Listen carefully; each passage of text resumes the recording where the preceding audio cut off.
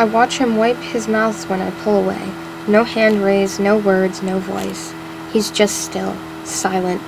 Just like I sit with Ray, just like I am when Ray reaches for me. Be here tomorrow, I say, and leave. I don't even stop to look at Annabelle before I go. Just walk to the bus, the taste of his broken mouth in mine. Now I know why Ray does not care about food, why he eats the same meals over and over, why all the things that cramp my stomach with want mean nothing to him. I am all filled up, head to toe, crammed with having Jake sitting there watching me, those wide, drugged eyes, and what was behind them? Fear. 39.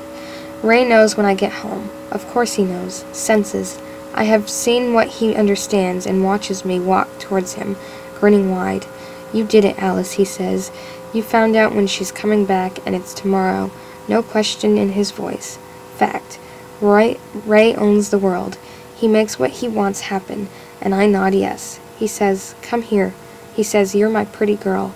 You're my forever girl. My girl. My Alice. He pinches the stub of my left breast hard, then grabs the right and hauls me in. Face changing, smile shifting into his real one. All gums and teeth, ready to tear. He says, do you see what time it is? He says, do you know how long I've been here, waiting? I look at the cable box, 5:02. It says in red, 5:02, and I am supposed to be home before them. I should always be home when Ray gets there, should always be waiting for him, and he says, do you think you can do this without me? You think you can have some kind of pause, spit hot on my face fun? You think some boy is fun? Shaking me now, my head and neck go snap, back and forth. You think you were having fun? No, Ray, no, I swear, you just what? Watching my face, thumb tracing my lips, pressing hard. He won't be a problem. I got him to come tomorrow, and he will, and Annabelle will be there. She's all better. He said so. She'll be there waiting, and she's so pretty you'll like her, Ray. You'll love her. I'll put her down, hold her hands while you show her how to behave. And that's all? Fingers in my hair, tearing, pushing me down onto the floor. That's all? He's nothing. You know it. I know you know it. Teeth snapping my neck, whisper, I do. I know everything. Now everything is familiar, he says. You need me. You love me. Say it. Say it. Say it. I have said it. I will say it now. I talk until my voice dries up. Words are just letters. ALICE. And I know the ones he wants to hear. Ray sits me on his lap and gives me sips of water after. Crackers and a tiny piece of cheese. A special dinner. The cheese coming from his own food. A sandwich he bought. A large roll with meat oozing out the sides. Mine, he says, but I'll share with you.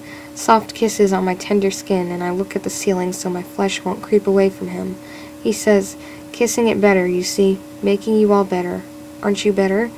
I nod, stare at the ceiling, and think that soon Annabelle will be here. Soon I will not be alone.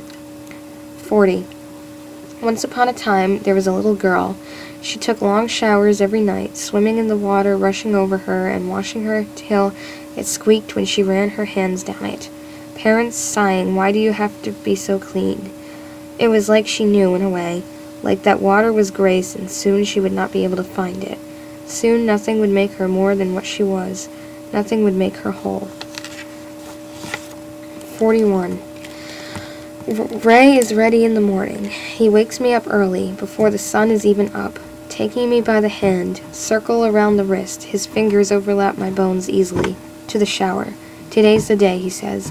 I want you to look special for a little girl. He does not want me shaving the hair on my legs or under my arms. Other Alice tried something, I think. Ray once talked about red water and Alice's hurt wrists in his sleep. Anger waking him up and sending him crashing into me. Sometimes I think if I could meet other Alice, I would have her head underwater myself. He hands me cream to use, and I stare at its bright label as I smear it on me. Strange, strong odor, flowers and something that makes the inside of my nose burn. He would wax me all over, but it costs a lot, and Ray believes in saving. Plus, my stinging legs and armpits, when smooth, will still never equal the tenderness of the stripped skin between my legs. So what would there be for him to savor? He does not like to see me with the cream on. Does not like the smell or the reminder that my pink nightgown used to drag along the floor, leaving a trail behind me.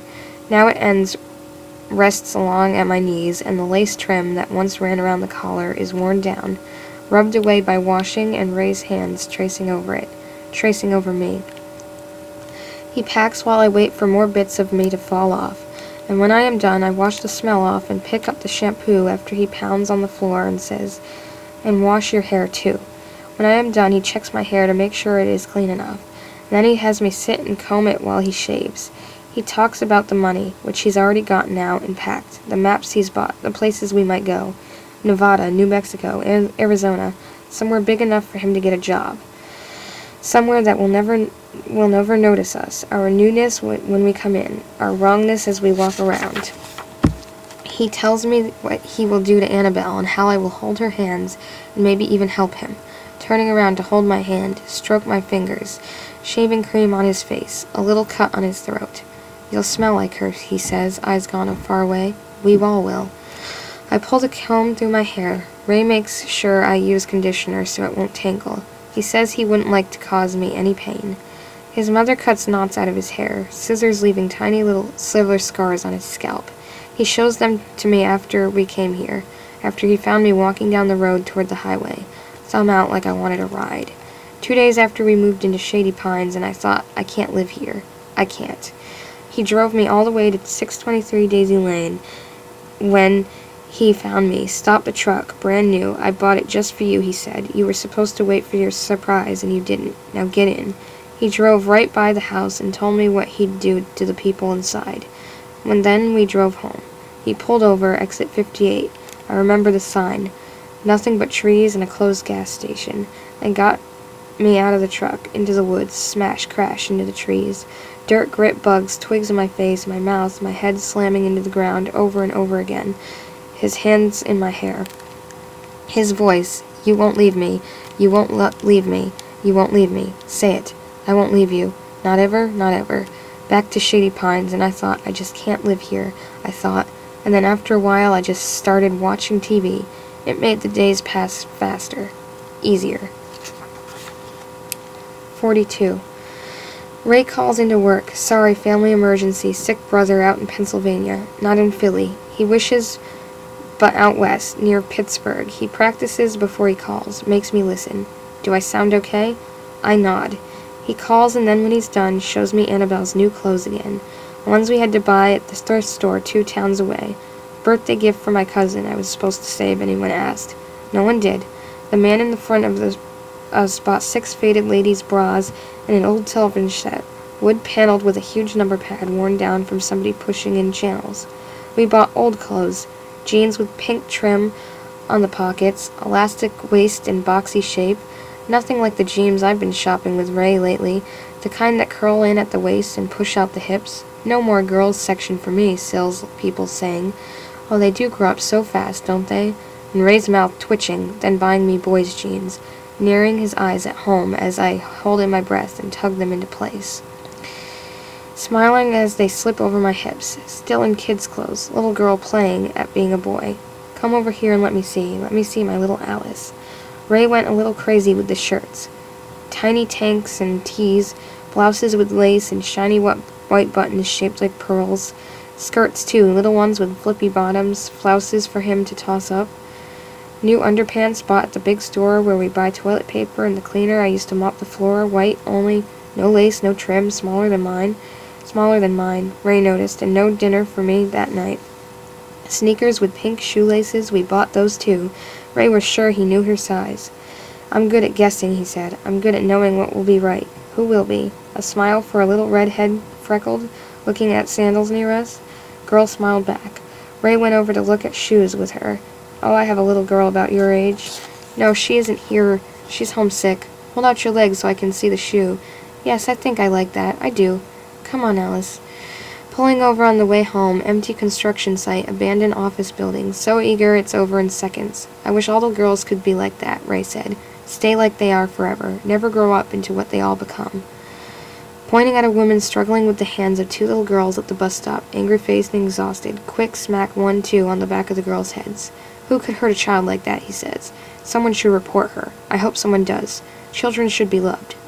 They are love.